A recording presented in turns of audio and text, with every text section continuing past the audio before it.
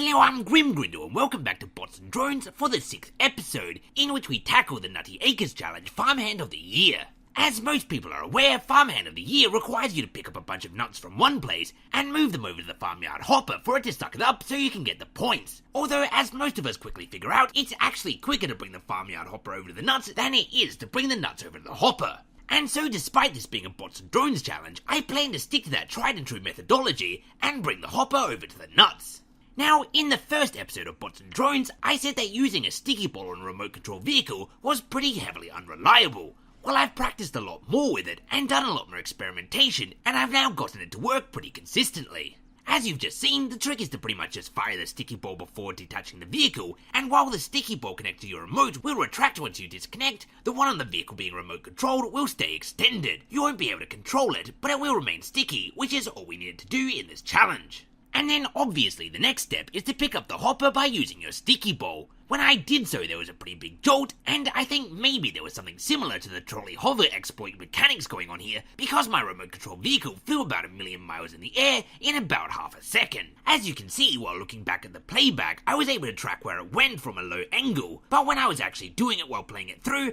I completely lost track of it, and it took me a little while to figure out where my drone had gone. However, once found, we were back on track, and with precious cargo in hand, the drone and the hopper headed over to the nuts. As I've come to expect from doing the other challenges in this Drones and Bots series, one of the most difficult aspects of using a remote control vehicle for a challenge is how difficult the perspective is. So I sort of just zigzagged the vehicle in the general direction until I started to receive the score for picking up the nuts. Once the points started to roll in, they started to roll in real fast, and in no time at all, a jiggy score was achieved.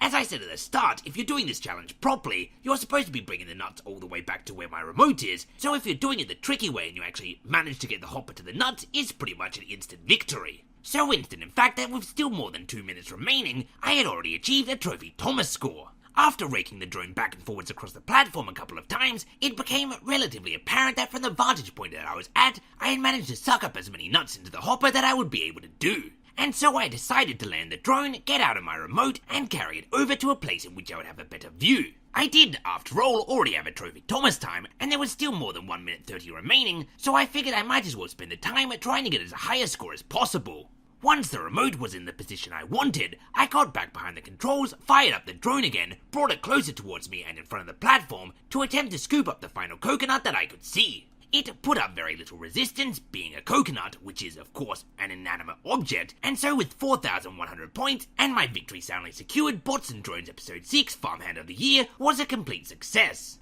And so, with all of that said and done, as always, thanks for watching, and until next time, I have been and still am Grimgrindle, and if you want to attempt this challenge yourself by using the same vehicle that I did, stay tuned now for the layer by layer.